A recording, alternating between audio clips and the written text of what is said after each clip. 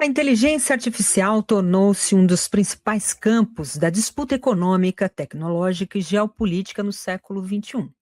Enquanto os Estados Unidos concentram algumas das maiores empresas privadas do setor, a China avança com uma estratégia própria baseada em planejamento estatal, inovação industrial e investimentos de longo prazo.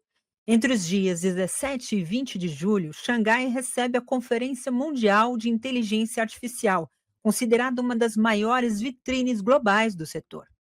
Mas, para além dos robôs, chips e modelos avançados de inteligência artificial, o evento também se tornou um palco de uma disputa sobre quem vai liderar o futuro digital. Para o professor de pós-graduação em soberania digital, Ergon Kugler, pesquisador, conselheiro da Presidência da República do Brasil e autor do livro Iacracia: Como Enfrentar as Big Techs, a China entra na corrida global da IA e transforma a tecnologia em questão geopolítica. Muito se diz sobre a China estar investindo na África, e isso daqui pode criar algum grau de dependência da África em relação à China, mas é curioso porque esses investimentos que partem da China para muitos países africanos, eles vêm ao sentido de conseguir gerar inclusive capacidade local para mais para frente até se emanciparem, não dependerem nem da China, muito menos dos Estados Unidos, da União Europeia ou de outros países ou nações, né? E eu diria que esse esforço da inteligência artificial também vem ao mesmo sentido da China. A China percebeu uma coisa que é muito valiosa. É sim possível crescer enquanto nação sem querer boicotar a nação vizinha. Algo que os Estados Unidos tenta há muitos anos ali debater no seio dos mais progressistas, dos mais disruptivos, mas que a hegemonia ali do debate continua levando para uma ideia de que os Estados Unidos precisa ser o top 1. Os Estados Unidos precisa dominar o mundo. Os Estados Unidos precisa ter o seu caráter imperialista, que é a grande palavra que a gente usa, né?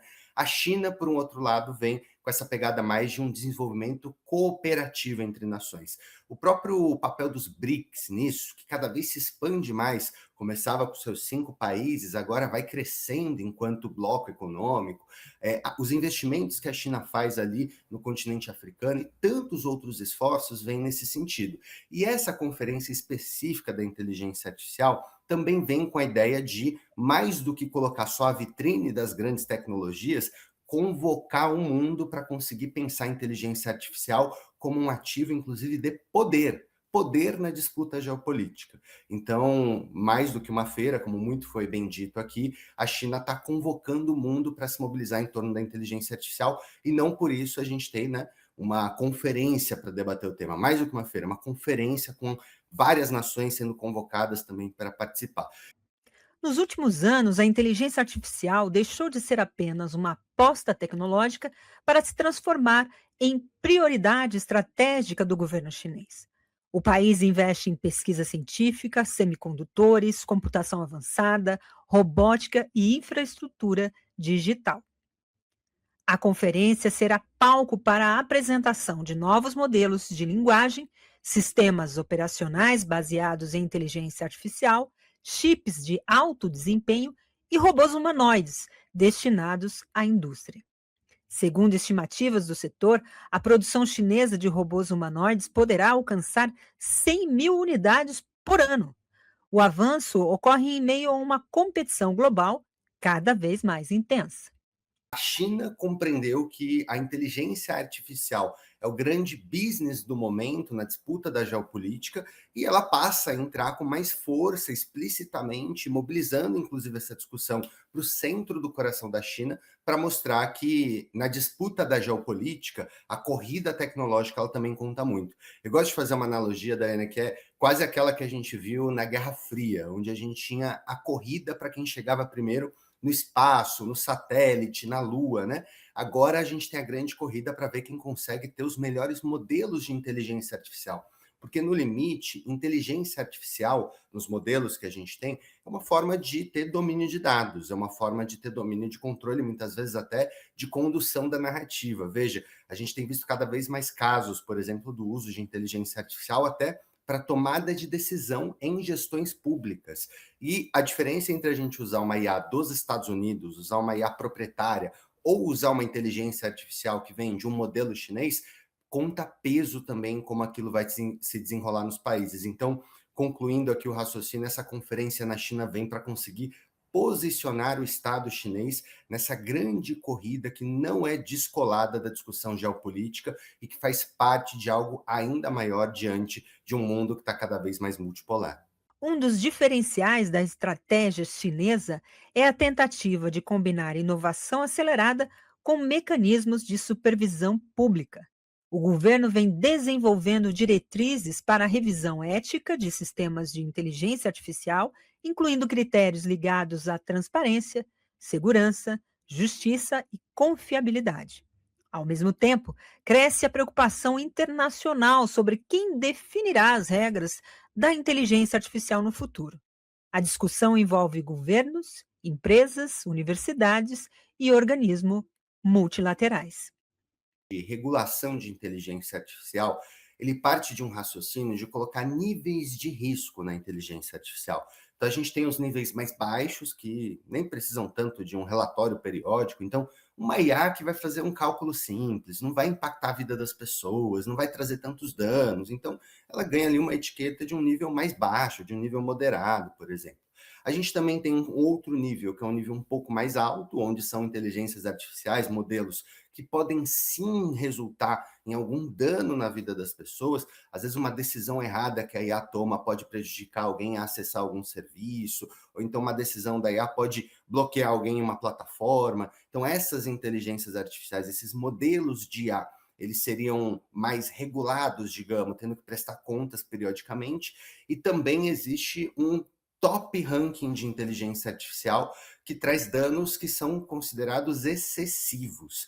E esses tipos de modelos seriam, portanto, limitados, nem com relatório, nem com prestação de contas. Vou dar um exemplo aqui concreto. Se a gente colocar uma inteligência artificial no SUS para decidir quem tem direito ou não a acessar um médico. Se a IA alucina e uma pessoa falece decorrente disso, é um dano irreversível. A gente não sabe nem se culpa a IA, o desenvolvedor ou quem aceitou aquele sistema dentro do SUS.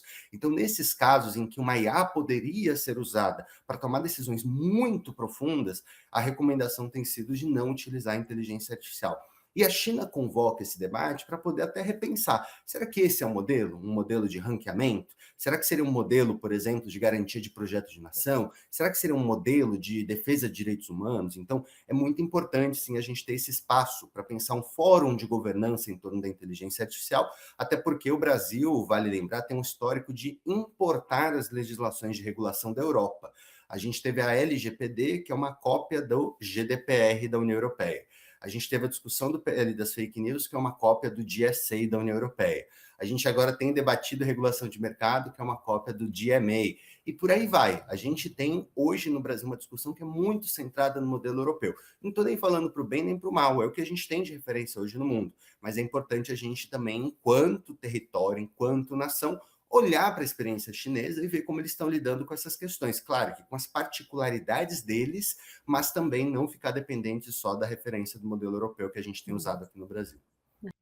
A disputa pela inteligência artificial não envolve apenas tecnologia e geopolítica. Especialistas alertam que os efeitos da nova revolução digital poderá transformar profundamente o mercado de trabalho. O sociólogo Ricardo Antunes, professor da Universidade Estadual de Campinas e um dos principais estudiosos do mundo do trabalho no Brasil, afirma que a questão central não é apenas o avanço tecnológico, mas quem controla a tecnologia e quais os interesses orientam a sua utilização. Qual é o objetivo da inteligência artificial? Esta inteligência artificial que nós estamos vendo hoje, que ela é Cerile, ela é Frankenstein. Lembra do Mary Shelley, aquela obra-prima? Essa jovem, né? Essa jovem não podia imaginar, quando escreveu aquilo, que estava escrevendo um livro que se tornou eterno. Enquanto existir capitalismo, para dizer de modo comedido, é um livro eterno, porque é a lógica da voracidade. Esta tecnologia visa o enriquecimento. Então, né, reduzir trabalho vivo e ampliar trabalho morto. A inteligência artificial promete transformar a indústria, a educação, os serviços, os governos e o próprio mercado de trabalho. Ao sediar a maior conferência global do setor, a China busca demonstrar não apenas sua capacidade tecnológica, mas também sua influência na construção das regras que irão orientar essa transformação. Entre oportunidades de desenvolvimento, desafios regulatórios e impactos sociais cada vez mais profundos, a disputa pela inteligência artificial já ultrapassou o campo da tecnologia. Ela passou a envolver soberania, democracia, trabalho, desenvolvimento econômico. A pergunta que emerge de Xangai é decisiva para o século XXI. Quem controlará as tecnologias que moldarão o futuro da humanidade?